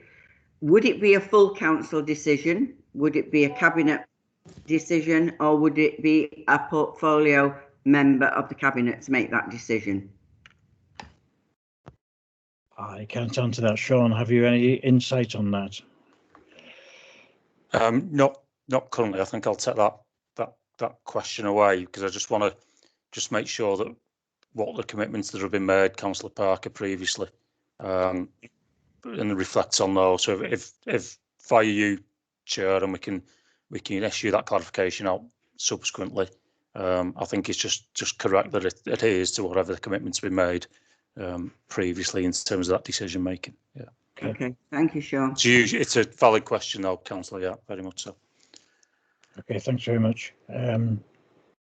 Rob Pickering. Yes, thank you, Chair. First, just two quick points. First of all, I'd just like to thank Stephen for his very expert and eloquent presentation from this project group. I am a member of that project group, and I know full well the discussions that have taken place and how challenging it's been to get to this point. So I'd just like to say thank you to Stephen for that, and indeed to the work group. But also, it's become very apparent, if it hadn't been already, that as well as these projects working independently, there will also be a need going forward, I think, to work across the different project groups, because they are linked in so many ways. And I just wanted to flag that up at this stage. Okay, thanks, Rob. Andy. Hi, I'm really supportive of Steve's recommendation and the work of all the people who've inputted into it. I think it's really fair, it's really balanced, and in the present conditions, the only logical way forward, I think. Really interested in the second stage, which is about, well, look at something that would be more positive for these lanes and about moving on. And of course, that kind of chimes very much with some of the things my pilot's looking at in terms of kind of smart corridors. So really looking forward to working with you, Steve, and your team about what that could be. But well done. Excellent. Thanks, Andy. Any more questions? I noticed Stephen and Councillor Parker still got their hands up. Have you? Legacy hand, Chairman, sorry. It's okay, no problem. Okay, so we're at a position which I need to find out exactly what people think. I'm not quite sure of the voting on this particular task force. It's been made clear in the terms of reference that we have to have a consensus of opinion when making recommendations. So that does suggest that everybody needs to make a, I suppose a vote is the word we use on this. But I don't have any other guidance other than the terms of reference on this. What we have in front of us is Stephen and his working group's recommendation that the pause is put forward as the recommendation from the task force. I think what I might ask for at the moment from the people who are online is whether or not you feel that represents a useful solution for representing the task force. If anybody's got any comments about that. Fully supported. Fully supported. Well, we can do a hands up at the moment. I just need to check with Christy if about the quality of the group and how this happens. Can I just run that by you? I think it will be the task force members that would have to vote. So I think you'd have to go from your list and register hands maybe that way. Okay, I'm happy to do that. Just wanted to check. Only absence, I think, is obviously a council officer, so maybe that would be an issue. Okay, so the recommendation is then that we take hands up from the members of the task force who are not councillors, because obviously they've got another way into this particular project later, and who are only in the names of the minutes. Can I ask if that's an appropriate way for us to take that forward? Yeah. Yeah. Okay. Yeah. Kathy? Yep. I'm trying to raise my hand to say yes, that's fine. Right, okay, I will do that next. We'll do that next. Okay. So I think what I prefer to do, if rather than raise hands, because it's probably going to be a bit easier this way for us to take account afterwards, is if you can go to the chat and I'll make the recommendation and say that the task force is happy to recommend the findings of the working group. I suppose there are two parts to this, Stephen. Can I just make sure I get this right? Is the first part is to implement the pause as defined? Correct. And the second part is to proceed with your plans for working on a future set of options. That's correct, and also to provide you with a timescale, certainly by the next meeting, and hopefully a bit sooner. Yeah, I think we can probably rope that into the second. Yeah. one. Thank you. Yeah. I'm on new ground here, folks. So I hopefully am going to do this correctly. Can you go to the chat then? And the first thing I'm going to ask you is, do you support the output from the working group regarding the pause? And could you just go back, Christy, on the slides and go to the summary? I think that was it. The summary, actually. I think you might have even been there. No, go back to where the pause is defined, just so that people can reread that. There, that's the one. And back one more. Where is that? That's it. That was it. Go on. You had it then. One more. That's it. That's it. That's the one. Our recommendations. Right. So this is the first recommendation we're making. Kathy Harrington, you've got your hand up. Can I just check you haven't got any query first, a challenge first? I would like to ask a question, if that's possible, Garfield. Can I ask a question? Yes. Well, in fact, I've got two questions to ask at this point, if that's okay. Firstly, I'd just like to say, well done to the group for getting an answer. And obviously, it looks, from my point of view, as if it probably hadn't been easy.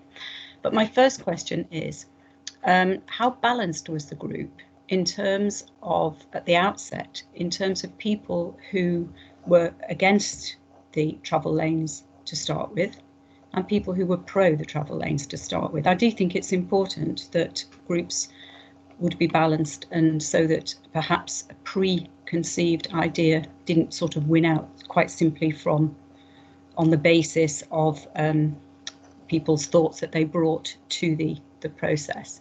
So that's my first question. Was an analysis done of the balance of the group? And my second observation is that, am I correct in thinking that the Mott MacDonald review that was commissioned by Quack has just had one output so far? As far as I know, there's been one observation and output from that, and I think that others are planned. So we've only seen one set of data, which, as you say, was inconclusive or not sufficiently conclusive, perhaps is a better way of putting it. And what are we going to do about the other data that's awaited if the travel lanes are paused? So that's my questions. Thanks. Can I answer? I'll certainly answer the first question, Madam Chair. Okay, thank you, Stephen. The working group comprises 11 people plus myself plus Alan Lingard as the adopted secretary. At the first meeting, and I'm sure my colleagues will correct me, but I'm about to say what I believe is correct. There were 5 members of the group wanted to have their recommendation, and we took the poll at the first meeting, is remove immediately. One of our things said it's a binary option. They went in quickly, they can come out quickly, and that's a fairly strong view.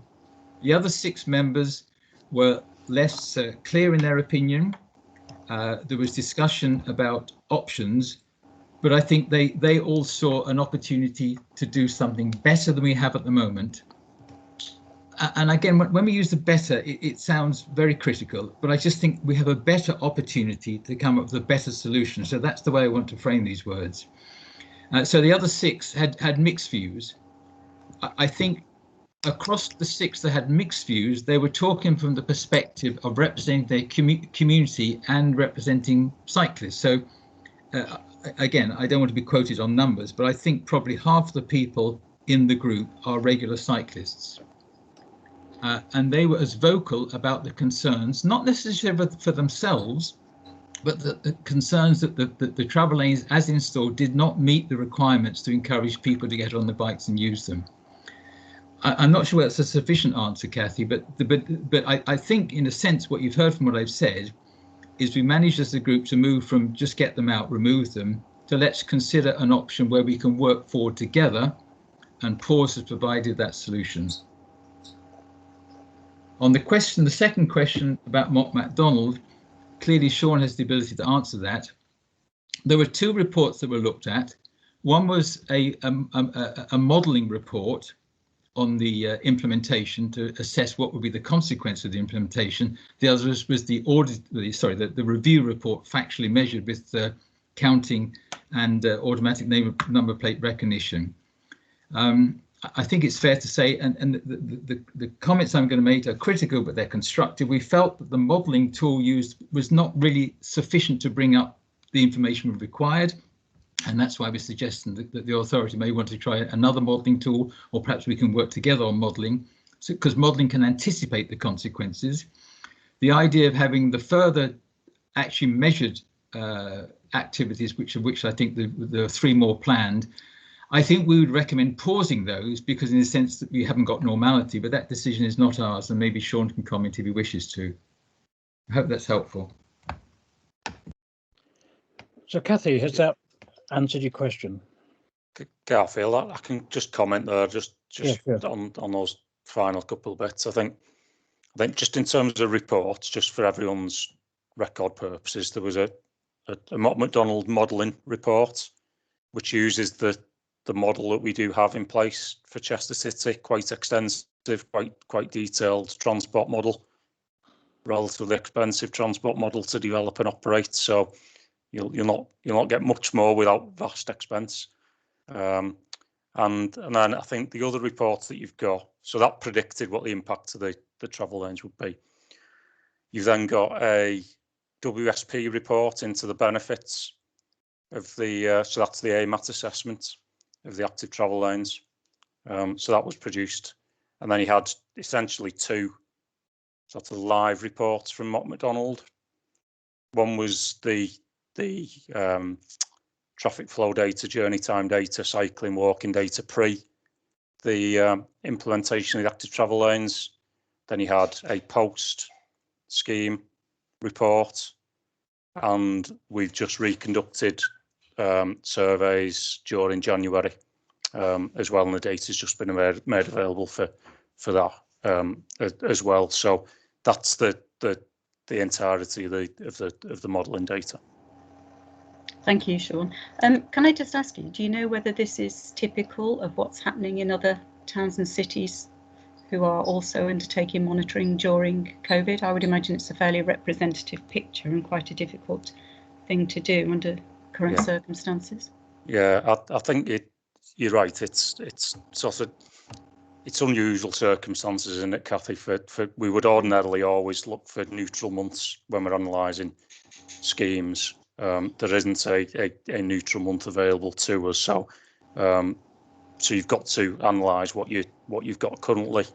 And I think the only, and I don't want to comment too much because it's for the task force independently to come up with a view, and I'm clearly a council officer here. So I think what all I would say is that I don't think any of us want to simply let traffic levels go back to what they were in the composition of the traffic levels at what they were. So the only thing I would guard against is sort of inviting the modal share percentages that were on the road pre-COVID to come back when the task force has got an opportunity to influence the desired outcome, as opposed to that what you may fall into here. Sorry, I'll leave it at that. I think as a task force, we should perhaps bear in mind, of course, that from what Sean said about modal share going back to what it was pre-COVID, of course, the predictions are that it would be higher. Car use would be higher post-COVID for a period of time until the population behaviour settles down and everybody becomes more comfortable with their old use of public transport. So I do think that needs to be borne in mind as well. I'm just a bit concerned that you know, we need to make sure that this is robust in like a 360-degree examination. Thank you. Point taken, Kathy. I think that the recommendations come perhaps a little quicker than we expected, but there we have it. So, okay, so we have this recommendation before us. There are two parts. Oh, sorry, Stephen, can I just check in these recommendations? Because you're about to say something about the... Yeah, the why option. it's all the time? Because it's got a heater. It's got a vent. It's got a vent at the bottom. Just leave the door open so that heat comes through here. Excuse me, can you mute that microphone, please? Thank you. Stephen, is this applying to both sets? Yeah. Yes. Yeah, we recognise there are differences, but for simplicity, we're recommending both. Yes. But there seems to be no real issue with the one coming on the 5116, which I don't think we've had any kind of representations about that one. So does the group feel that the issue is the same with both lanes, and that there's evidence to suggest that the 5116 is also causing the same kind of problem? Sorry, I think the issues, the critical issues are more evidence on the A51 than on the 5116. I think the summarised feelings on the A5116 are to question the need for what we have at the moment. Has it actually had the positive impact that it requires? And I think the feeling is it hasn't. It hasn't had a major impact on any of the traffic flows. We feel, the group feels, and clearly there's a greater representation in the group towards the Bourton. That's just the way it is, I'm afraid. But although people have tried to look at both in their various capacities, there's a feeling that the idea of pausing that would also be beneficial for all the same reasons, just to take stock, to have that neutral, independent starting point to review situations and build up alternatives that the group feels could work better. Okay. So the option to perhaps leave the 5116 in place and just concentrate the pause on the 51, was that discussed? Sorry, it was not specifically discussed as an either-or option. The feeling from the full group was they should both be paused. As I say, the problems in inverted commas I think are more evident on Bourton, but the feeling of wanting to start with the same clean sheet, to engage the population, to move forward with excitement and enthusiasm. They felt it was best based on the same starting condition in each case. Again, I'm talking on behalf of the group if anybody wants to comment in addition, but that's what the feeling was. Okay, Andy. Yeah, I mean, I would agree with Stephen here. I mean, I think it'd be very confusing if he paused one and didn't pause the other one. The same issues in terms of evidence, etc., applies, and I think the same issues in terms of, you know, clearing the way forward for a positive discussion about the future applies as well. So my recommendation to you, Garfield, is take the recommendations to the vote as outlined. Indeed, we're getting a set of comments coming through here. Okay, pause doesn't count as a change then, I resume. Yes, okay, so the pause is quite definitely a pause and it's not an end. I think you made that point earlier on. And that needs to be in the recommendation that we make. Andy, your hand's still up, or are you finished? Yep.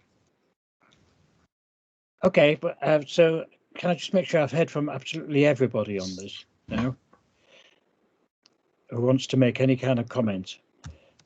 I think that I will suggest that the recommendation goes forward as it's stated, and that there aren't any further changes to the wording on this, because we've got used to the word pause here and what it means. So I wouldn't want that to change so that people can discuss that further down the line. Okay, so can you go to the chat function, please? And as defined earlier, you're not a councillor and you're a member of the team. If you could say, firstly, for the first option, which is to go with the pause as defined on the slides, can you say support or reject?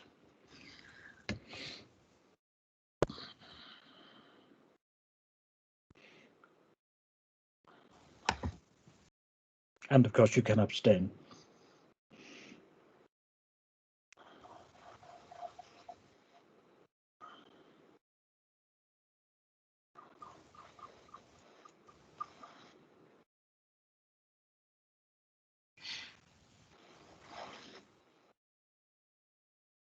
Okay, has everybody voted? Okay, thank you. That's gone through. Can I ask then on the second one that you request that the group continues with the work it's doing on the basis that we can adapt the lanes if required in order to be able to test a particular option out? Can again support or reject?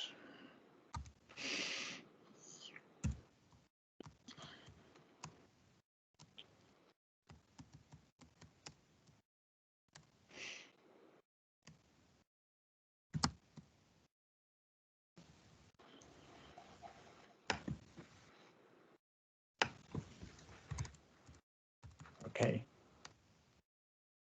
Okay, well, on that basis, then the recommendations of the working group are supported in both cases, Stephen. And well done, team. Thank you. Shall we move on a couple of pages and we'll end up with a slide that refers briefly to the Upton pilot. If you could just go on to the next. Yeah, yeah, it just gives us something pleasant to look at. There's not a lot to say except for a few recommendations. The outline map there is Upton. We have had initial discussions with Caroline Gerard and Doug Jenkins on the scope, and I think there's a general agreement that the scope needs to be bigger than that. It needs specifically to include the zoo. These are not decisions, sorry, these are just recommendations and thoughts at the moment. The zoo, the Council of Chester, and maybe spread through Newton to the Greenway to be more inclusive than that map suggests. So that's one comment I'd like to make. The second comment I'd like to make, which has already been implicit in what Andy Farrell said, is that we want to draw our route right into the city centre. So we're not going to be looking at everything along that route, but certainly we want to, you know, our engagement goes all the way through to getting into the city centre. So it's not just our thoughts are not just confined to the area on a map.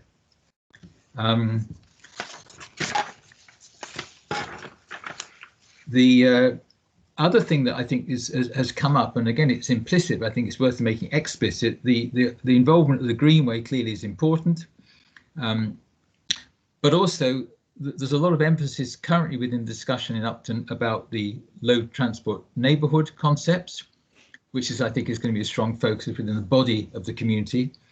And the other thing that I think we want to take on board is the whole green corridor discussion that's been started, because this really goes through this area to a significant extent.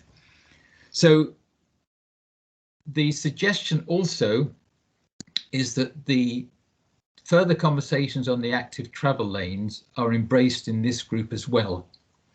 That will be formally reviewed and made as a formal recommendation either during or before the next meeting. But that's certainly the way we'd like to suggest, because it seems to fit so much more. It's not as specific, as we already mentioned. We've tried to keep our review so far within the working group of both travel lanes, but I think everybody's aware the bigger issues and the bigger concerns and criticisms and emotions have been on the other area. But we want to, the suggestion is, it's a more natural way of bringing the group together. So that would be our recommendation, that we extend the area, that we also embrace the travel lane option, and we'll be meeting next week to begin to put some thoughts around that. I think that's all I can say at the moment, but just looking forward to it. Well, you've not been very busy recently, Stephen, have you? So I think that I think we can let that go. So thank you very much for summarising that. Okay. So that's the end of the pilots and the EATL section. And if we just quickly move on to transport and infrastructure update. Sean or Christy, have you anything you would like to add at this point? I've just got a mini presentation, sorry, just with a few slides. I just need to take this one down and put the next one up, if that's okay. Lovely, thank you. Okay.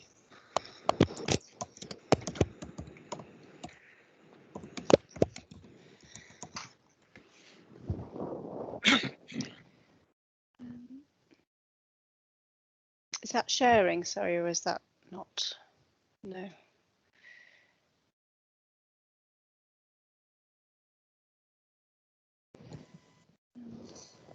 Not yet, Christy. Sorry. Wrong button. There we go. That should work now. Yep, that's got it. Okay. Do you want me to run through these, Sean, or? Yeah, go on, Chris. Yeah, you've done the work, the preparation for this. I'll support you as and when. Yeah. So hopefully this is quite brief. I realise it's been quite a taxing meeting for people, so we just wanted to provide a bit of an update to the group about some of the things that are going on within the transport and infrastructure section. So first thing to bring to your attention really is the initial findings of the bus task force group. This was a group that was set up as a result of scrutiny in March 2020. It was a cross-party group and it was chaired by Councillor Roberts. It was about 11, well, there were 11 ward councillors who looked at this and looked at transport modes, park and ride, home to school transport, local bus and community transport and rural mobility. And tried to find efficiencies and you know, better ways of working. We had underpinning themes, affordability, obviously we had to take on board climate change given the declaration, rail integration, marketing and ticketing, which was mentioned in Andy's presentation earlier. And we also took on board some of the views of the Poverty and Truth Advisory Board. So we worked closely with the councillors and we took another paper to scrutiny on the 25th of January, and I've got a link at the back of the presentation that you can look that up if you so wish. So we took some recommendations to scrutiny, and basically this was a result of evidence gathering, of case studies, best practice examples, and also kind of an analysis of our strengths, weaknesses, opportunities and threats that exist within the different transport provisions. So we come up with 35 priorities across 9 themes. we now need to do some more work to distill those down into specific tasks that are measurable, you know, and to program into short, medium and long-term priorities. But ultimately the group recommended that the themes strongly reflect integration with other modes, that maximise efficiencies, they promote the economic bounce back that we want after this COVID pandemic, and we also strive to support tackling equality, diversity and poverty issues that exist in the borough. As I said, we're developing a work programme which covers, you know, the priorities over the time frame, and we need to take that back to scrutiny in the summer before any sort of cabinet decision making process takes place. The next one, which I think is already on your agenda, Garfield, is the scooter hire. So this commenced in December, on the 21st of December, in fact, and a partnership with Ginger. It was a DFT initiative to help tackle climate change and to encourage other greener forms of transport, and also whilst reducing pressures on public transport during the pandemic. We have about 40 scooters introduced, and we've taken an incremental approach to that, really, to see how it goes. And the good news really is that the scheme has clocked up a considerable amount of mileage. There's 11,000 miles from over 3,700 journeys, and I'd say they're equivalent to 13 trips to London and John O'Groats.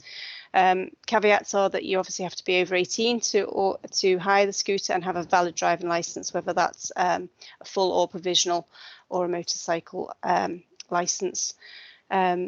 We have consulted with our disability groups, so we're in regular dialogue with those to make sure that there's any issues that are flagged up are raised and dealt with and considered in the appropriate channels. We have a council on the council's website. I can post the links in the chat if that's easier. We have a frequently asked question page on the e-scooters, and obviously our partner there, Ginger, has their own website.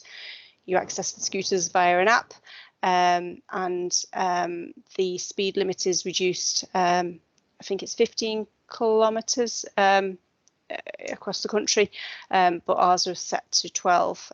There's areas where the scooters will power down, so if there's deemed to be a sort of pedestrian conflict in the city centre, they will power down, so they're not able to ride into those areas.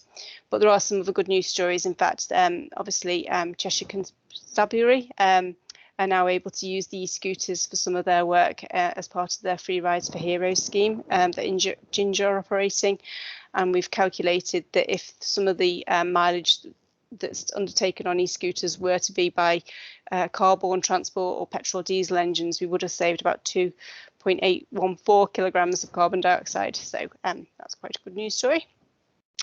Touched upon the emergency active travel lanes earlier, but this is just to raise that the active travel lane tranche 2 is out at the moment. We had submitted a consultation plan to DFT in December, and we've had a number of, well, we've had feedback where we've been allocated a capital resource of just under 490,000 and a revenue resource of just over 120,000 to include monitoring of the cycle schemes and cycle training. By the very nature, the tranche 2 schemes are more permanent and clearly require a consultation process, which we are undergoing at the moment. I mentioned we'd submitted an engagement plan to DFT in December, and that's been accepted, and we have 3 schemes that are being consulted on currently, and the date for that ending is the 19th of February. These are in Chester Way, Northwich, on Northwich Road towards Hertford, and Chester Road around Helsby High School. Plans for these are on the link on the page there, so feel free to have a look at it and make any comments. These schemes, unlike the emergency active travel lanes, you have to pay due diligence to Local Transport Note 120. Obviously that came out after, and the council needs to commit the fund by the 31st of March this year, hence the consultation, and we need to largely have completed the schemes by the 31st of March next year, with monitoring being undertaken at 6 and 12 months intervals thereafter. Okay. So just to give you a quick update on some of our local growth fund schemes, which we've secured funding through the LEP. This plan isn't the best, but it just shows that we've got a sort of contiguous route. So we've got the A5117 route here that's going off towards Thornton Science Park and linking to the work that Garfield has described earlier. And then we've got Sutton Way Boulevard, which links to a previous investment along Stanley Lane here. And the purple line is the Canal Towpath scheme that we have secured investment for. So again, linking to the green corridors and the sustainable tourism type conversations that were mooted earlier. So just to give you a quick overview, overall, we have received 67% match funding from the Cheshire and Warrington Local Enterprise Partnership through the Local Growth Fund allocations for these schemes. The Sutton Way Boulevard scheme is largely complete. There's a little bit of planting, so the status of that is complete. It's a 4.2 kilometre pedestrian cycle infrastructure scheme, and it cost circa £0.8 million. The other scheme, the A517, is around 5 new kilometres of pedestrian cycle pathway along the A5117, and that's just over £1 million investment. And finally, the Ellesmere Port to Chester Canal Towpath scheme, again, approximately 5 kilometres of new shared use path, and again, provides contiguous route with those 3 other schemes. With a £1.2 million investment over there. We're delivering that one with the Canal and River Trust to deliver those schemes. Completion due spring 2021, so shortly being due for completion. Just to give you again, not the best pictures, I'm afraid, but just to give you a bit of a flavour of the work that's gone in. So we've improved the pathway there and left a bit of verge on the side for moorings, etc., along the canal. So yeah, and this bit here is just waiting for the tarmac to go over the top of that bit. But this Ultratech is a sustainable aggregate, so boosting the green credentials of the scheme as well. We again have frequently asked questions or information pages on the council's website, so those are the links there. But if you went onto the council website and just typed in A5117 or Canal Towpath scheme, they would come up. Christy, can I just make one point there? I think, and it's relative to the active travel lanes that we discussed at length earlier. Is that during the consultation with the active travel lanes, there was a lot of requests for us to invest in the canal towpaths as an alternative. And I think if you look at that investment, it's over £1 million worth of investment in the canal towpaths relative to a share of £161,000 on the emergency active travel lanes. So I think it's worthy recognition of the local enterprise partnership and the council's investments in those facilities. Thank you. So again, those are the links there. So the other scheme that we've received funding from the LEP one on is the A51 Tarvin to Chester Improvement Scheme. And this is a major junction improvement at the Tarvin roundabout, and also additional lanes on Stamford Bridge, and widening the existing bridge over the River Gowie, improving capacity on that route. We are changing the road layout, but we're trying to make sure that we introduce pedestrian cycle improvements as well where possible. So we have a new crossing point going in at Hare Lane, Littleton Lane, improved signage, and where we can, we're widening and improving crossing facilities for pedestrians and cyclists on other parts of that corridor. It's roughly about £7 million investment, and again, Cheshire and Warrington Local Enterprise Partnership have match funded that to the tune of £3.67 million, with the additional funding coming from the council investment and developer contributions. And again, link provided, but again, you can find it on the council website just by typing in A51. One of the good things with that scheme is that we've been able to work with Balfour Beatty to develop the social value of the scheme as well. So the quick sort of infographic on the scheme, but we've worked with 11 small and medium-sized enterprise partnerships, committed £2.3 million, saved 9,400 tonnes of waste that we've reused or recycled. So it's quite an interesting representation of the scheme there, and worked with social enterprises. So again, we can share this information if that's useful. And again, just to round up really, that the Bus Task Force task group did go to scrutiny, and the paper can be found there. But interestingly, there was reference to the Rural Mobility Fund earlier, and how that links to the scheme of Garfield's and also to the bus task group. So these all went to Cabinet fairly recently, well, yesterday in fact, and what I've put there is if you go onto the council website, you can find the Cabinet papers and the item numbers. So we've got the climate emergency response plan, should say, whereas transport is obviously heavily mentioned. That's item 9. Rural Mobility Fund application, item 15, and obviously a sort of review of the highways delivery model, which may be of use, maybe of interest to some of the members as well. So that's it for me. Thank you. Any questions? That's great. Thank you very much indeed, Christy. So questions for Christy? There's a lot of information there. A lot of information. I know you have to rush through it because we're running over time here, but I want to thank you for that. And you could be sending those slides out as a PDF for people, are you? Yeah, can do. Yeah, okay, that'd be good so that people can kind of tap into that. There's no need for me to go back to those ginger figures that I'd put on the other slide. You've already covered them. So so that's sorry, question from Stephen. Yep. No? Stephen? Apologies there.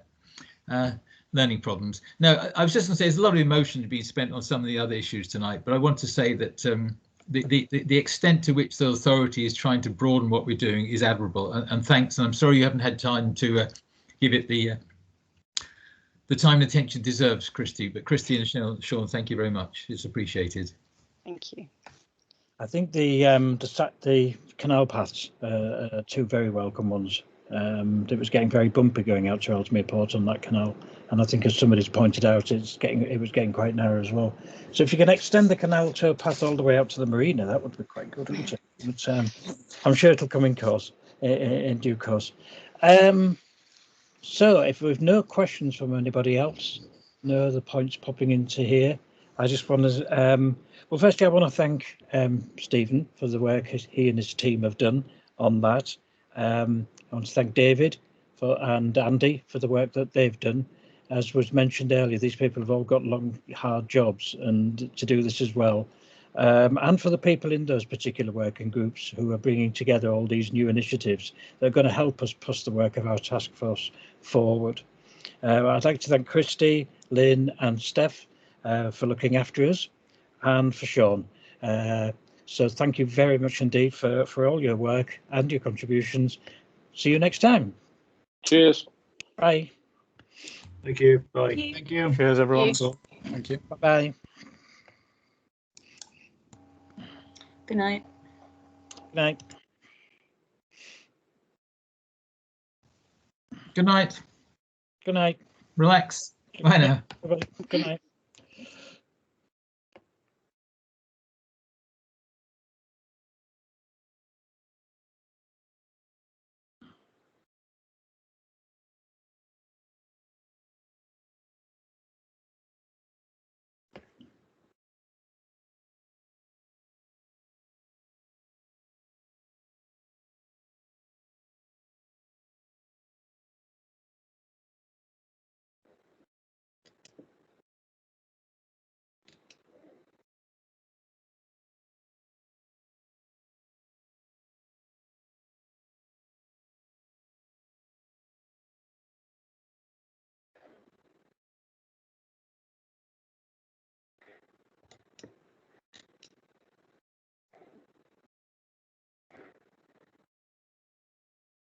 That's it now then, isn't it?